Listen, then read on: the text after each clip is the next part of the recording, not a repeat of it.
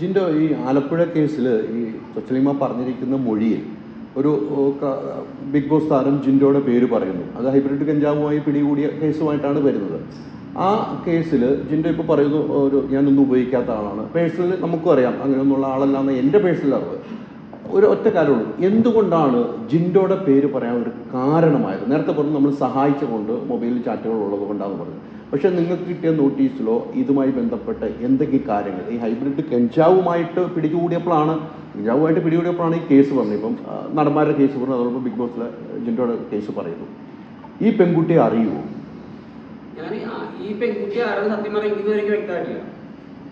ഇതുവരെയ്ക്ക് എനിക്ക് ഇന്ന ആളാന്ന് വ്യക്തമായിട്ടില്ല. പക്ഷേ എനിക്ക് ഇതുവരെ എനിക്ക് ബിഗ് ബോസിന് ഇറങ്ങിയപ്പോഴുള്ള സംഭവം ഞാൻ പറഞ്ഞുതരാം.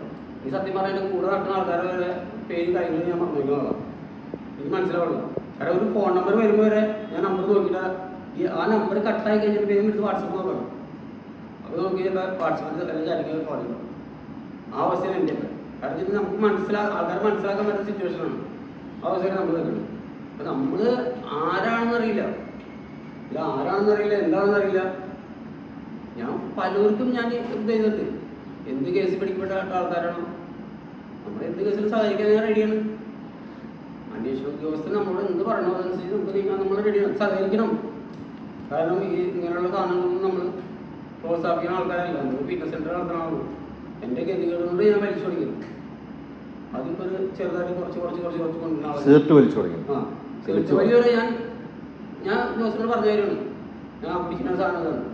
അതുവരെ ഞാൻ കുറച്ച് കൊണ്ടുവരുന്ന ആളാണ്. ആ സമയത്ത് നമുക്ക് മറ്റുള്ള കാര്യങ്ങളോട് നമുക്ക് താല്പര്യമില്ല, അത് ചെയ്യുന്നവരോടും നമുക്ക് താല്പര്യമില്ല. ഈ ഫിറ്റ്നസ് സെൻ്ററിലായാലും എവിടെയായാലും നമ്മൾ വന്നവരോട് നമ്മൾ ഉപദേശിക്കുന്നത് നിങ്ങൾ അത് ഉപയോഗിക്കില്ലെന്ന് നമ്മൾ ഉപദേശിക്കുന്ന ആളാണ്. അപ്പോൾ ഈ കേസിലൊരു ഗൂഢാലോചന ഉണ്ട്, ജിൻഡോയുടെ പേര് വലിച്ചെടുക്കൽ ഗൂഢാലോചന ഉണ്ടോ? എൻ്റെ പേര് വലിച്ചെടുക്കാനുള്ള ഗൂഢാലോചന ഉണ്ടോ എന്ന് വെച്ചിട്ടുണ്ടെങ്കിൽ വ്യക്തമായിട്ടുള്ള കാര്യമാണ്. അതായത് ഈ കേസിൽ എന്നെ വിളിക്കുന്നതിന് മുമ്പേ തന്നെ ഒരു 2 ദിവസം മുമ്പേ എന്നോട് കുറച്ച് ആൾക്കാർ പറയണം. അതായത് ജിൻഡോ നിനക്കൊരു പണി വേണ്ടത്. അപ്പോൾ ഞാൻ എന്ത് പണിയണം, എന്ത് പണിയും ചോദിക്കുമ്പോൾ അവർ പറയാം അല്ല ഒരു പണി വരുന്നുണ്ട്. അപ്പോൾ വ്യക്തമായിട്ട് ബിഗ് ബോസിലുള്ള ആൾക്കാരായിക്കോട്ടെ ആരായിക്കോട്ടെ പുറത്തുള്ള ആരായിക്കോട്ടെ ഇവർക്ക് നമുക്ക് ബിഗ് ബോസിൽ നമ്മൾ പറഞ്ഞാൽ ഒരാൾക്ക് കപ്പടിക്കാൻ പറ്റുന്നത് മനസ്സിലാക്കുന്നു. നിങ്ങൾക്ക് കപ്പ് പ്രത്യേകിച്ച് വേണമെന്നുണ്ടെങ്കിൽ എടുക്കുണ്ടാവും, അതെനിക്ക് പറയാനുള്ളൂ. അല്ലാതെ അതൊരു ഗെയിമാണ്. ആ ഗെയിമിൻ്റെ ഭാഗം അവിടെ നിർത്താം. അത് കഴിഞ്ഞ് പേഴ്സണലി അതായിട്ട് ഞങ്ങൾ എന്താ പറയുക അവിടെ ഞങ്ങൾ അത് ചെയ്തു. അല്ലെങ്കിൽ അവർ പറയുന്ന കാര്യം എന്താണെന്ന് വെച്ചാൽ ബിഗ് ബോസിൽ എന്നല്ല പുറത്തെ ആൾക്കാർ അവർ പറയുന്ന കാര്യം എന്താണെന്ന് ഞാൻ പറയട്ടെ. അതായത് അവരെ നമ്മുടെ ഫാൻസും മീഡിയാസും അവർക്കെതിരെ സംസാരിച്ചു, അല്ലെങ്കിൽ അവർക്കെതിരെ പ്രതികരിച്ചു. ഞാൻ എന്ത് ചെയ്യാൻ പറ്റും? നമ്മളെന്ത് ചെയ്തിട്ടാണ്? നമ്മുടെ ഫാൻസും നമ്മുടെ ആൾക്കാരും പ്രതികരിക്കും. അത് അവരുടെ സ്നേഹവും നമ്മളോട് സ്നേഹമാണ്. അവരെന്തെങ്കിലും തെറ്റ് ചെയ്യുമ്പോൾ നമ്മളോട് സ്നേഹമാണ് അവരോട് പ്രതികരിക്കണം. തിരിച്ച് നമ്മളോട് പ്രതികരിച്ചിട്ടുണ്ട്.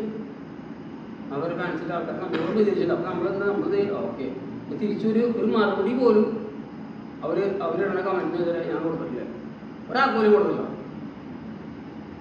അഡ്വക്കേറ്റ് ഇപ്പോൾ ഈ കേസ് ഇപ്പം അഡ്വക്കേറ്റാണല്ലോ കൈകാര്യം ചെയ്യുന്നത്. ഈ കേസിന് നോട്ടീസ് കിട്ടിയിരിക്കുന്നു, നോട്ടീസ് കാര്യങ്ങൾ വ്യക്തമാക്കിയിരുന്നു. എന്താണ് പറയുന്നത് ഇപ്പോൾ? അഡ്വക്കേറ്റ് എന്ന നിലയിൽ കേസ് പഠിച്ചിട്ടുണ്ടാകും. ഇത് വലിയൊരു കേസായിട്ട് തന്നെയാണ്, ഇപ്പോൾ വലിയ മീഡിയ അറ്റൻഷൻ കിട്ടിയ കേസാണ്. അത് അത്രയും ഒരു സ്ത്രീയാണ് മൊഴി കൊടുത്തിരിക്കുന്നത്, ജിൻഡോയുടെ പേര് പറഞ്ഞിരിക്കുന്നു. എങ്ങനെയാണ് ഈ കേസിനെ കാണുന്നത്? ഇപ്പോൾ ജിൻഡോൻ്റെ കേസ് എന്ന രീതിയിലുപരി സെൻസേഷണലായിട്ടുള്ള ഒരു കേസാണിത്. നമുക്ക് കിട്ടിയിട്ടുള്ളത് ജസ്റ്റ് ഒരു ഹാജരാവാൻ വേണ്ടിയിട്ടുള്ള ഒരു ബേസിക് നോട്ടീസാണ്. അതിനകത്ത് FIR-നകത്ത് നമ്മുടെ പേര് മെൻഷൻ ചെയ്യുകയോ അല്ലെങ്കിൽ ഫർദർ ഇൻവെസ്റ്റിഗേഷനകത്ത് നമുക്കെതിരായിട്ടുള്ള എന്തെങ്കിലും അലിഗേഷൻസ് ഉണ്ട് എന്നുള്ള രീതിയിൽ ഒരു തരത്തിലുള്ള ന്യൂസസും നമുക്ക് കിട്ടിയിട്ടില്ല. അടിസ്ഥാനരഹിതമായിട്ട് ചില ആൾക്കാരെ നമ്മളെ പേഴ്സണൽ ലൈഫിനും പ്രൊഫഷണൽ ലൈഫിനും ബാധിക്കുന്ന തരത്തിൽ സോഷ്യൽ മീഡിയയിലും അല്ലാത്ത തരത്തിലും പ്രചരിപ്പിച്ച് തുടങ്ങിയപ്പോൾ അതിനെതിരെ സംസാരിക്കാൻ വേണ്ടി മാത്രമാണ് നമ്മളിവിടെ വന്നത്. കേസ് നടക്കുന്നുണ്ടല്ലോ, ഇൻവെസ്റ്റിഗേഷൻ ആണല്ലോ. അപ്പോൾ ഒരു ഇൻവെസ്റ്റിഗേഷൻ സ്റ്റേജിലുള്ളൊരു കേസിനെ പറ്റിയിട്ട് അധികം പറയാനും പാടില്ല. നമ്മളെന്തായാലും ഇൻവെസ്റ്റിഗേഷനോട് പൂർണ്ണമായിട്ടും നമ്മൾ സഹകരിക്കുന്നുണ്ട്. ഇതിൽ ജിൻഡോയുടെ പേരിൽ പറഞ്ഞ ജിൻഡോ ചാറ്റിംഗ് FIR-ൽ ഉള്ളതാണെന്ന് എൻ്റെ അറിവ്. ചാറ്റിംഗ് ആ കുട്ടിയുമായിട്ട് ചാറ്റ് ചെയ്തിട്ട് ഈ ഗൂഗിൾ പേ ചെയ്തിട്ടുണ്ട്. അപ്പോൾ ജിൻഡോ അതിൻ്റെ കൃത്യമായ മറുപടി പറഞ്ഞു. അതൊക്കെ അതിനെതിരെയൊക്കെ ഒരു ജിൻഡോയെ വിളിച്ച് ചോദ്യം ചെയ്യിപ്പിക്കുന്നത് അന്വേഷണ ഭാഗമാണ്. നമ്മളൊരിക്കലും അത് തെറ്റു പറയാൻ പറ്റില്ല. ആ കേസുകൾ ജിൻഡോ അവർക്ക് ഗൂഗിൾ പേ ചെയ്തിട്ടുണ്ട് എന്നൊക്കെയാണ് പറയുന്നത്. ഗൂഗിൾ പേ ചെയ്യാനുള്ള കാരണം ജിൻഡോ പറയുന്നു. പക്ഷെ അതിനൊരു തെളിവുകൾ ശേഖരിക്കാതെയാണല്ലോ ഇപ്പം ജിൻഡോയ്ക്ക് നോട്ടീസ് വന്നിരിക്കുന്നത്. അത് നിയമപരമായി തന്നെ മുന്നോട്ട് പോകാനല്ലേ, ഏതറ്റം വരെ പോകാനല്ലേ തീരുമാനം? അതെ, തീർച്ചയായിട്ടും. ഒരു അലിഗേഷൻ നമുക്കെതിരെ വന്നിട്ടുണ്ടെങ്കിൽ അത് തീർച്ചയായിട്ടും നമ്മൾ അതുപോലെ തന്നെ നേരിടും. ഇൻവെസ്റ്റിഗേഷൻ്റെ ഭാഗമായിട്ട് IOK ഇൻവെസ്റ്റിഗേഷൻ ഓഫീസർക്ക് ആരെ വേണമെങ്കിലും ബന്ധപ്പെടാം. നമുക്കതിനകത്ത് യാതൊരു തർക്കമില്ല. എല്ലാ പ്രോസസ്സിലും ഇൻവെസ്റ്റിഗേഷൻ ഓഫീസർ വിളിച്ചപ്പോൾ മുതൽ ഇനി തുടർന്ന് അങ്ങോട്ടുള്ള എല്ലാ ഇൻവെസ്റ്റിഗേഷൻ്റെ ഭാഗമായിട്ടുള്ള എല്ലാ കാര്യത്തിലും നമ്മൾ സഹകരിക്കുന്നതാണ്. നമുക്ക് യാതൊരു തർക്കമില്ല അതിൽ. നമുക്കെതിരെ വരുന്ന അല്ലാത്ത അലിഗേഷൻസിൽ മാത്രമേ നമുക്ക് കുഴപ്പമുള്ളത്. പിന്നെ അക്കൗണ്ട് ട്രാൻസ്ഫർ എന്ന് പറയുമ്പോൾ പല രീതിയിൽ നടക്കും. ഇപ്പം നമുക്കറിയാം. അപ്പോൾ അതിലൊരു റെലവൻ്റ് അല്ലാത്ത രീതിയിൽ ഇപ്പം നമുക്ക് ഒരു ദിവസം നമ്മൾ ഒരു ചായ കുടിക്കാൻ പോയാൽ നമ്മൾ പുറത്ത് ഗൂഗിൾ പേ ചെയ്യുന്ന ആൾക്കാരാണ്. ഇപ്പോൾ എല്ലാം ഡിജിറ്റലൈസ് ആണ്. നമുക്ക് പല ആൾക്കാർക്കും പൈസ അയക്കേണ്ടി വരും. അപ്പോൾ ഇൻവെസ്റ്റിഗേഷൻ ടൈം വരുമ്പോൾ നമുക്കത് പ്രൂവ് ചെയ്യേണ്ട അവസ്ഥ വരികയാണെങ്കിൽ നമ്മൾ അതിനനുസരിച്ചിട്ട് ആ കാര്യങ്ങൾ ചെയ്യുന്നതാണ്. ജിൻഡോ പറഞ്ഞു ഗൂഢാലോചന ഉണ്ട്, ജിൻഡോയ്ക്കെതിരെ ഒരു അക്രമം നടക്കുന്നു. നമ്മൾ ഒരു നോട്ടീസ് റിസീവ് ചെയ്യുന്നതിനേക്കാളും മുന്നേ അറസ്റ്റ് ചെയ്തു എന്ന് പറയാം പോലെയുള്ള ന്യൂസുകൾ സ്പ്രെഡ് ആകുമ്പോൾ ഗൂഢാലോചന അല്ലാതെ അതിനപ്പുറം അതിലൊന്നും പറയാനില്ല. എന്തായാലും ജിൻഡോയ്ക്കും 2-3 ആൾക്കാർക്കല്ല നോട്ടീസ് അയച്ചിട്ടുള്ളത്. അതിനപ്പുറം ഒരുപാട് പേർക്ക് നോട്ടീസ് അവിടുന്ന് പോയിട്ടുണ്ട്. ബാക്കി വ്യക്തികളുടെ പേരൊന്നും വന്നിട്ടില്ല. അപ്പോൾ തീർച്ചയായിട്ടും ഇത് ഗൂഢാലോചന തന്നെയാണ്. ജിൻഡോയുടെ പേരും മെൻഷൻ ചെയ്ത് അന്വേഷണ ഉദ്യോഗസ്ഥർ പുറത്ത് വിട്ടിട്ടില്ലായിരുന്നു. ഇല്ല, ഞാൻ എനിക്കൊരു കാര്യം പറയാന്നുണ്ടെങ്കിൽ അത് എന്നെ വിളിപ്പിച്ചേക്കണത് ആരാളോ അവരെൻ്റെ പേര് പറഞ്ഞു പറഞ്ഞിട്ടല്ല, എൻ്റെ ട്രാൻസാക്ഷൻ നടന്നുകൊണ്ടാണ് തെറ്റായ കാര്യങ്ങൾ പറയുന്നത്. അതായത് എന്നെ വിളിപ്പിച്ചേക്കുന്നത് അവരെൻ്റെ പേര് പറഞ്ഞിട്ടല്ല. അതായത് എന്നെ വിളിപ്പിച്ചേക്കുന്നത് എൻ്റെ ഇതിനകത്ത് ട്രാൻസാക്ഷൻ നടന്നത് ഭാഗമായിട്ടാണ്, അല്ലാതെ എൻ്റെ പേര് പറഞ്ഞു പറഞ്ഞല്ല. മനസ്സിലായോ? അപ്പോൾ അത് അവർ പേര് പറഞ്ഞപ്പോൾ നിങ്ങൾ ആരും കേട്ടില്ല, അപ്പോൾ അതുകൊണ്ട് അങ്ങനത്തെ ഒരു സാധനമില്ല. ഇവർ സംഭവിച്ചത് ഈ മീഡിയ, അതായത് അന്വേഷണ ഉദ്യോഗസ്ഥൻ എന്നോട് പറഞ്ഞത് ഇന്നലെ കൂടി ഞാൻ വിളിച്ചു ചോദിച്ചു.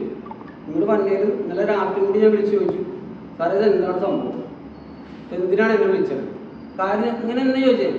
അപ്പോൾ പറഞ്ഞു ജിൻഡോ അത് ഇപ്പോൾ ജിൻഡോ ആണ് ഈ അന്വേഷണം നടത്തണമെങ്കിൽ, ഇങ്ങനെ ട്രാൻസാക്ഷൻ നടന്നിട്ടുണ്ടെങ്കിൽ അങ്ങനെ അത് ചെറിയ അതായത് എന്താ പറയുക, ആരാണ് എനിക്ക് സത്യം പറഞ്ഞ് പറയണ ആളാരെന്ന് വ്യക്തമല്ല എനിക്ക്.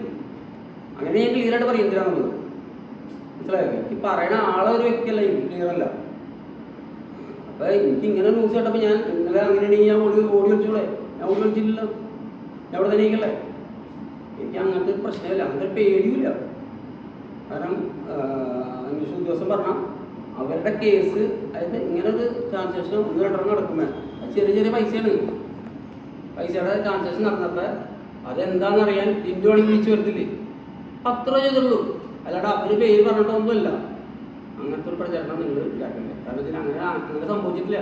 അവരുടെ മൊബൈൽ ട്രാൻസാക്ഷൻ കണ്ടു, അതിന്റെ പേരിൽ വിളിപ്പിക്കും. അവരുടെ മൊബൈലിൽ ട്രാൻസാക്ഷൻ കണ്ടു, അവർ വിളിച്ചോളൂ, ഇത്രേ ഉള്ളൂ. ഞാൻ അവരുടെ ആരാണെന്ന് എനിക്കറിയാം. ഞാൻ പറഞ്ഞില്ലേ, എനിക്ക് കിട്ടിയ പൈസയിൽ ഒരു 3/4 ഭാഗവും ഞാൻ മറ്റുള്ളവർക്കായിട്ട് കൊടുത്തിട്ടുണ്ട്. കഴിഞ്ഞ കണ്ടാലും കല്യാണം നടത്തിയ കാര്യങ്ങളൊക്കെ എനിക്ക് അറിയാമല്ലോ. അപ്പോൾ പല കാര്യങ്ങളും എൻ്റെ ലൈഫിൽ ചെയ്യാൻ പറ്റുന്ന കാര്യങ്ങൾ പല കാര്യങ്ങളും ഞാൻ ചെയ്തിട്ടുള്ള ആളാണ്. എനിക്ക് മദർ തെരേസ അവാർഡ് കിട്ടിയിട്ടുള്ള ആളാണ്. ഒരു കാര്യം തന്നെയല്ലോ. അപ്പോൾ അത് നമ്മൾ കാരണം ചോദിക്കണ ആളെ എന്തിനാണ് ചോദിക്കണമെന്ന് പോലും പിന്നീട് ഞാൻ അന്വേഷിക്കാൻ തുടങ്ങിയിട്ടാണ്. സത്യം പറഞ്ഞാൽ ഇപ്പോൾ ഈ സമയങ്ങളിൽ ഞാൻ അന്വേഷിക്കാൻ തുടങ്ങി. കാരണം ഇന്നലെ കൂടി ഒരാൾ വിളിച്ചതിനോട് പൈസ വെച്ച് വീടിൻ്റെ വാടക കൊടുക്കാനില്ല, ഇത് പൈസ തരാമെന്ന് ചോദിച്ചു. അപ്പോൾ ഞാൻ പറഞ്ഞു പൈസ കൊടുക്കാൻ നിർത്തി. ഇത് പറഞ്ഞു സത്യം. അപ്പോൾ അതെന്തുകൊണ്ടാണ് ഇങ്ങനെ ഒരു കാര്യങ്ങൾ പറഞ്ഞുകൊണ്ടാണ് നമ്മൾ പറയുന്നത്. അല്ലാണ്ട് നമ്മൾ പേടിച്ച് ഓടണമല്ല. ആരും വിളിച്ച് പേടിച്ച് ഓടേണ്ട ആവശ്യമില്ല. നിങ്ങളുടെ മുമ്പിൽ തല വിരുന്ന് നിൽക്കുന്ന ആളാണ് ഞാൻ. അത് തെറ്റായ കാരണങ്ങൾ പ്രചരിപ്പിക്കാതിരിക്കുക ദയവ് ചെയ്ത്. കാരണം നമ്മൾ ഒരു സാധാരണ മനുഷ്യനാണ്, മനസ്സിലാക്കുക.